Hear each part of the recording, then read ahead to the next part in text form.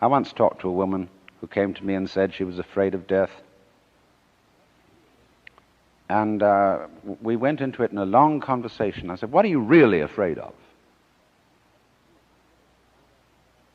And she thought it over, and he said, do you know, what I'm going to be afraid of is what other people are going to say. They're going to say, poor old Gert, she couldn't last it through. Because you see, who you think you are is entirely dependent on who people have told you you are.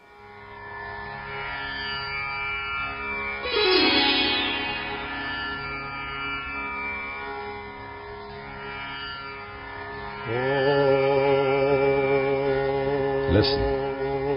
What is it? The current of air? Vibrating vocal cords? Your own eardrums? Something running in your head? This sound is you vibrating.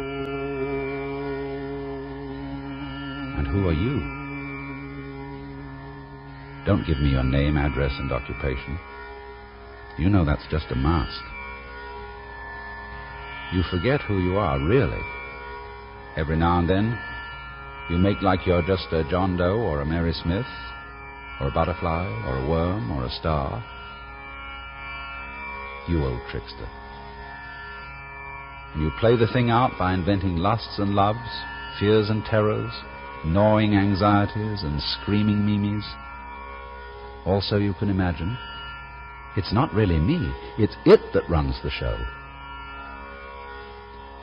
But our secret is, as we say, Tattvamasi. You are it.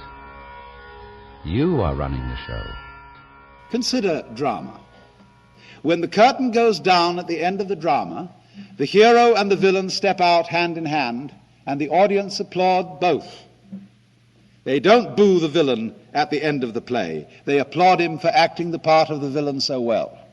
And they applaud the hero for acting the part of the hero so well.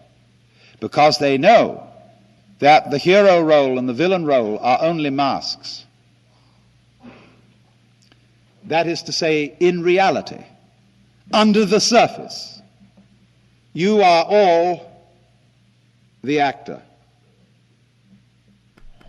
Marvelously skilled in playing many parts and in getting lost in the mazes of your own minds and the entanglements of your own affairs, as if this were the most urgent thing going.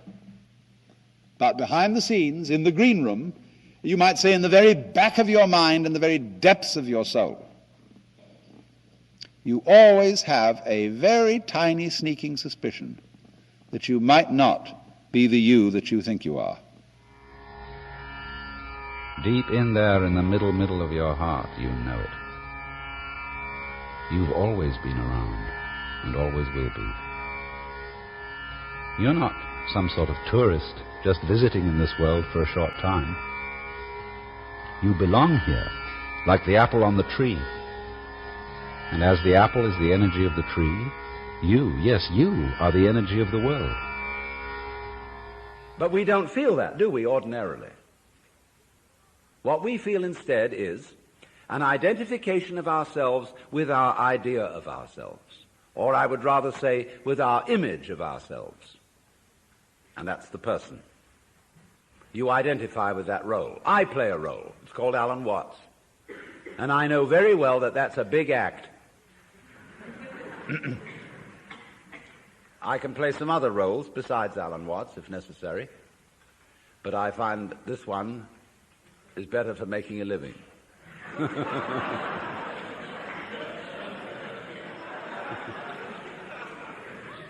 You know, the idea of my being a kind of messiah or guru or savior of the world just breaks me up. Because I know me.